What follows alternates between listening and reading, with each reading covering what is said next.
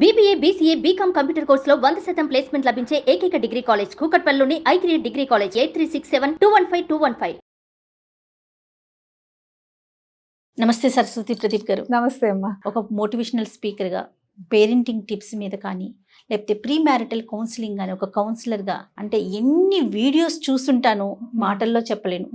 మీవి ప్రదీప్ గారివి కూడాను. నాకు మీతో పేరెంటింగ్ మీద కొన్ని టాపిక్స్ మాట్లాడాలి, డిస్కస్ చేయాలి, కొన్ని ప్రజలకి సుమన్ టీవీ ప్రేక్షకులకు అందించాలనే ఉద్దేశంతోనే నేను ఈ ఎపిసోడ్ స్టార్ట్ చేస్తున్నానండి. తప్పకుండా. పిల్లల విషయం తీసుకుంటే మేడం, నో అనే దాన్ని యాక్సెప్ట్ చేయలేకపోతున్నారు. ఎందుకు అంటే నా నాలెడ్జ్ ప్రకారం వాళ్ళు అడగక ముందే అన్ని కాళ్ళ దగ్గర తీసుకొచ్చి పెట్టేస్తున్నాం.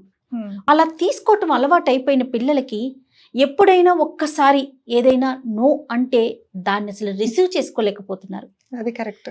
ఇప్పుడు ఎట్లా అయ్యారంటే ఒక 10th వరకు మన చేతుల్లో ఉంటున్నారు, తర్వాత ప్రపంచంలోకి వెళ్ళిపోతున్నారు. కాలేజీలని, హాస్టల్స్ అని, జాబ్స్ అని, లేదా నెక్స్ట్ పెళ్లి.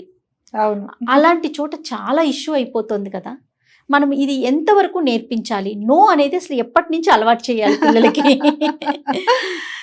నో అంటే నో అని, నో అంటే నోనే అని. మామూలుగా అయితే ఫస్ట్ అన్నం పెడుతున్నప్పుడు వాడి నోట్లోంచి వచ్చే ఫస్ట్ పదమే నో, వద్దు వద్దు నో అని. అది మనం నో అన్నప్పుడు వాడు ఎట్లా తీసుకుంటాడు అనేది మనకి ఇప్పుడు తెలుసుకోవాలి. యాక్చువల్గా ఏమవుతుందంటే ఇది మానవ నైజం. నేను పడ్డాను కష్టం, నా పిల్లలు పడకూడదు అని ప్రతి తల్లిదండ్రులు అనుకుంటారు. పేరెంట్స్ అనేవాళ్ళు, నా చిన్నప్పుడు నేను ఈ కష్టం పడ్డాను, నేను ఆ షూ కొనుక్కోవాలనుకున్నాను, నేను కొనుక్కోలేకపోయాను, నేను ఆ డ్రెస్ వేసుకోవాలనుకున్నాను, వేసుకోలేకపోయాను, నా పిల్లలకి చెయ్యాలి అని ఒక తపన ఉంటుంది. అది సర్వసాధారణం.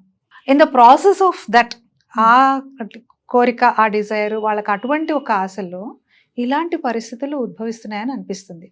ఒకప్పుడు జాయింట్ ఫ్యామిలీస్లో పిల్లలు ఒకళ్ళని చూసి ఒకళ్ళు అడ్జస్ట్ అయిపోవటం, పెద్దవాళ్ళది రెండో వాళ్ళు వేసుకోవటం, రెండో వాళ్ళు మూడో వాళ్ళు వేసుకోవడం, ఇలాంటివి ఉండేవి ఒకప్పుడు. అలాగే అడ్జస్ట్ అయిపోవడం, మన దగ్గర చక్కగా వాళ్ళు కూర్చుని వాళ్ళు అంతలోనే ఆలోచించేవాళ్ళు, ఎక్స్ట్రా ఆలోచించేవాళ్ళు కాదు. ఇది మన జీవన విధానం, ఇది మన లిమిట్స్ అనేసి. రాను న్యూక్లియర్ ఫ్యామిలీస్ అయిపోయాయి.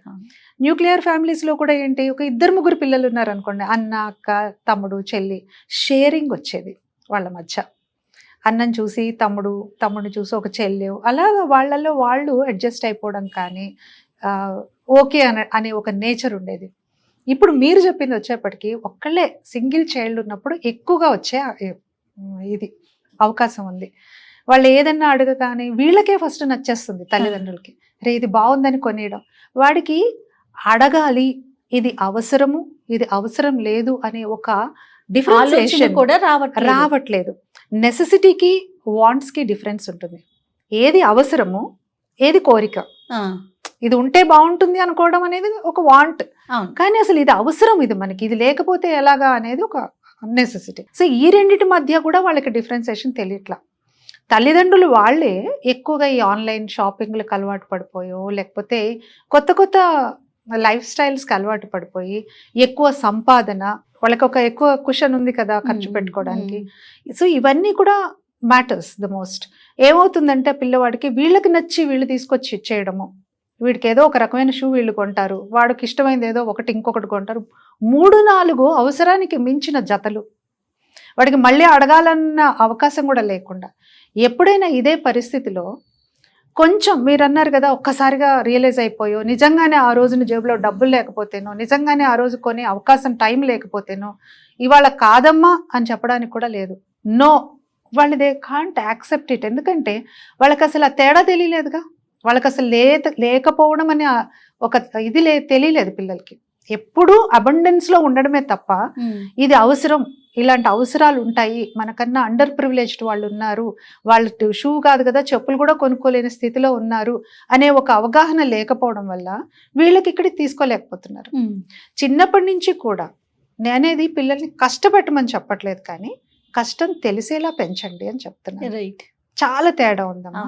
ఏసీ రూమ్స్లో పెరుగుతారు, ఇంట్లో ఏసీ రూమ్, కార్లో ఏసీ, స్కూల్కి వెళ్తే సెంట్రలైజ్డ్ ఏసీ, మొత్తంగా ఏసీలో వెళ్ళొస్తాడు పిల్లవాడు, వాడు ఎండ కన్నెరగడు. అలా పెంచుకోవడం తల్లిదండ్రులకు కూడా ఇష్టమే.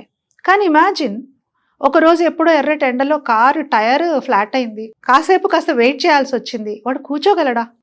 అసలు బయట దిగగలడా? హిస్ నాట్ యూస్ టు కదా ఆ కైండ్ ఆఫ్ లివింగ్ కి. కష్టపెట్టమనట్లా, అట్లీస్ట్ ఎప్పుడన్నా ఒకసారి బాబు ఇలా ఉంటుంది లైఫ్, పక్కన లేని వాళ్ళకి ఇలా ఉంటుంది, ఉన్న వాళ్ళకి ఇలా ఉంటుంది అనేది ఒక ఎక్స్పోజర్ తల్లిదండ్రులే ఇవ్వాలి ఫస్ట్. అది చూపించిన రోజున నాన్న మన దగ్గర ఈ రోజు డబ్బు లేదు, నిన్న ఉంది కొనిపెట్టా, ఈ రోజు లేదు, నువ్వు ఈ రోజు వెయిట్ చేసావంటే రేపటి రోజున మళ్ళీ మనకు వస్తుంది.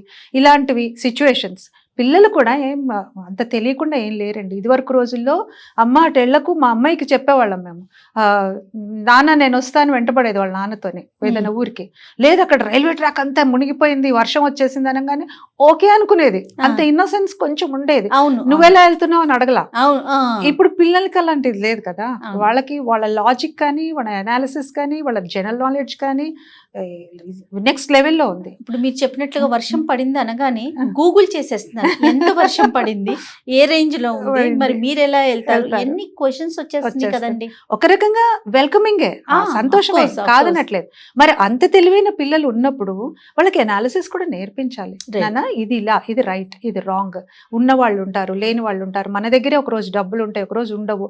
కరోనా లాంటి సిచ్యువేషన్స్ చూసి వచ్చాము. ఇవన్నీ కూడా రియల్ లైఫ్ సిచ్యువేషన్స్ ని పిల్లల్ని మనమేం భయపడాల్సిన అవసరం లేదు. వాళ్ళకి చూపించి ఇలా ఉంటుంది ఇలా ఉంటుంది అని చెప్తే అర్థం చేసుకు, పెద్దవాళ్ళ కన్నా ఇంకా ఎక్కువ పిల్లల్లో అర్థం చేసుకునే తత్వం. వాళ్ళు మైనల్ లాంటి వాళ్ళండి. మనం ఎలా మలిస్తే అలా ఇప్పటికి కూడా మీరు చూడండి ఎంతమంది పిల్లలు ఎక్సెల్ అయిన వాళ్ళు 4 ఏళ్లకే వరల్డ్ రికార్డ్స్ చేసిన వాళ్ళు ఉన్నారు కదా. సో ఇట్లాంటి పిల్లలు మంకు పట్టే వాళ్ళు, నో అంటే వినకుండా కావాలని పేచి పెట్టే వాళ్ళకి కొంచెం ముందు నుంచే అవగాహన తల్లిదండ్రుల్లోనే బేసిక్ గా రావాలి అని చెప్తున్నాను. ఎందుకంటే మీరు అన్నట్టు 10th తర్వాత ఆడు హాస్టల్కి వెళ్తాడు, లేకపోతే హైయర్ స్టడీస్కి వేరే ప్లేస్కి వెళ్తాడు. అక్కడ వాళ్ళు చిన్న ఫెయిల్యూర్ని కూడా యాక్సెప్ట్ చేయలేరు. చిన్న ఇక్కడ వచ్చింది వీడికి వీడు చేసిందే గొప్ప అనుకున్న దగ్గర నుంచి నువ్వు 3rd place లో ఉన్నావు, 4th place లో ఉన్నావన్నా కానీ కూడా తట్టుకోలేని స్థితిలోకి వస్తున్నారు. మీరు షో మొదట్లో ఒక మాట చెప్పారు అక్క, అంటే మన ముందున్న వాళ్ళ దగ్గర నుంచి మనం వస్తువులు తీసుకున్నాం. నేను ఎగ్జాంపుల్ చెప్తాను. నాకు 2 అక్కలు. పెద్దక్క వాడింది రెండో అక్క వాడిన బ్యాగ్ నేను. అట్లా ప్రతిదీ షేరింగ్, అంటే పైనుంచి కింద దాకా ఆ షేరింగ్ అనే ఒక క్వాలిటీ తెలియకుండా ఆటోమేటిక్ గా జరిగిపోయేది. అక్కడ క్వశ్చన్స్ లేవు. అంతే. అక్కది నేను ఎందుకు వాడాలి, లేదా చెల్లిది నేను ఎందుకు వాడాలి అనే క్వశ్చన్ లేదు. తను వేసుకున్న బట్టలు తనకు టైట్ అయిపోతే నెక్స్ట్ నా తర్వాత మా పిన్ని పిల్లలు పెద్ద అట్లా కజిన్స్ కూడా ఫాలో అయ్యేది. కానీ ఇప్పుడు ఆ సిస్టమ్ ఎక్కడుందండి? మీరు అన్నట్టు ఒకళ్ళే ఉంటున్నారు, సింగిల్ చైల్డ్స్. వాళ్ళకి ఇంకా షేరింగ్ లేదు. వాళ్ళకి షేరింగ్ ఏంటి, వాళ్ళకి అబండెన్స్. ఒక జత దగ్గర 10 జతలు ఉంటున్నాయి. వాల్యూ తెలియట్లేదు. ముందుగానే అంటే మార్పు అనేది పేరెంట్స్ వైపు నుంచే రావాలంటే ఫస్ట్ పేరెంట్ నుంచే రావాలండి. పేరెంట్సే రావాలి. పేరెంట్స్ నుంచే. నా చిన్నప్పుడు నేను చేయలేకపోయాను, ఇప్పుడు కావాలి అనుకోవడం వరకు ఓకే, ఒప్పుకుంటాను. కానీ వాడు కూడా పరిపూర్ణంగా ఎదగాలి. ఇప్పుడు మీరు ఒక చిన్న ఎగ్జాంపుల్ చెప్తా అండి. సీతాకోకచిలుక ఎలా అయిందండి? మంచి ఎగ్జాంపుల్. అదెంత ప్యూపా దశ, ఎన్ని దశలు దాటుకుని స్ట్రగుల్ అయ్యి లోపల ఫ్లూయిడ్స్ అన్ని ఫామ్ చేసుకున్న తర్వాత ఎగిరింది. అయ్యో కష్టపడిపోతుందని ముందే కట్ చేస్తే అది ఇంకా జీవితాంతం ఎగరలేదు కదా. ఆ కథ అందరికీ తెలుసు. మరి అలాగే పిల్లలు కూడా అంతే. Let them have that strength in there wings. వాళ్ళ ఆలోచనల్లో కానీ బాడీలో కానీ అన్నింటిలో కూడా ఆ స్ట్రెంగ్త్ వాళ్ళకి రావాలి అంటే వాళ్ళకి ప్రతిదీ ఆ స్ట్రగుల్ కానీ ఆ కష్టం కానీ తెలుసుకుంటే. అంటే ప్రెసెంట్ అంత నేర్పించట్లేదు అంటారా మీ ఉద్దేశం? ఎందుకు నేర్పించట్లేదండి? చాలా మంది నేర్పించే వాళ్ళు ఉంటారు.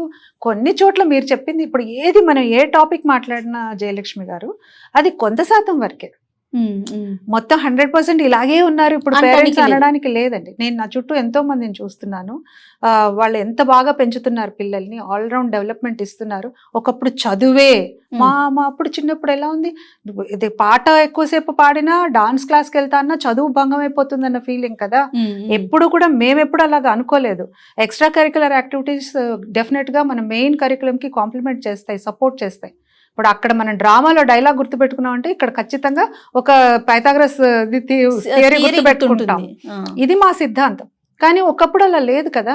చదువుకోవాలి, నువ్వు పాటలు నువ్వు యాక్టింగ్లు అంటే నీకు ఇక్కడ చదువు ర్యాంక్స్, డాక్టర్లు, ఇంజనీర్లు. కానీ ఇప్పుడు చాలా చేంజ్ వచ్చింది. అన్నిట్లో ఎంకరేజ్ చేస్తున్నారు పిల్లల్ని. తల్లిదండ్రులు టైం పెట్టుకుని వెళ్ళి వాళ్ళకి ప్రాక్టీసులకి తీసుకెళ్తున్నారు, క్లాసుల్లో చేర్పిస్తున్నారు. అందరిని అనటానికి లేదు, ఒక వర్గం వాళ్ళకే మనం మాట్లాడేది. అంతే డెఫినెట్ గా.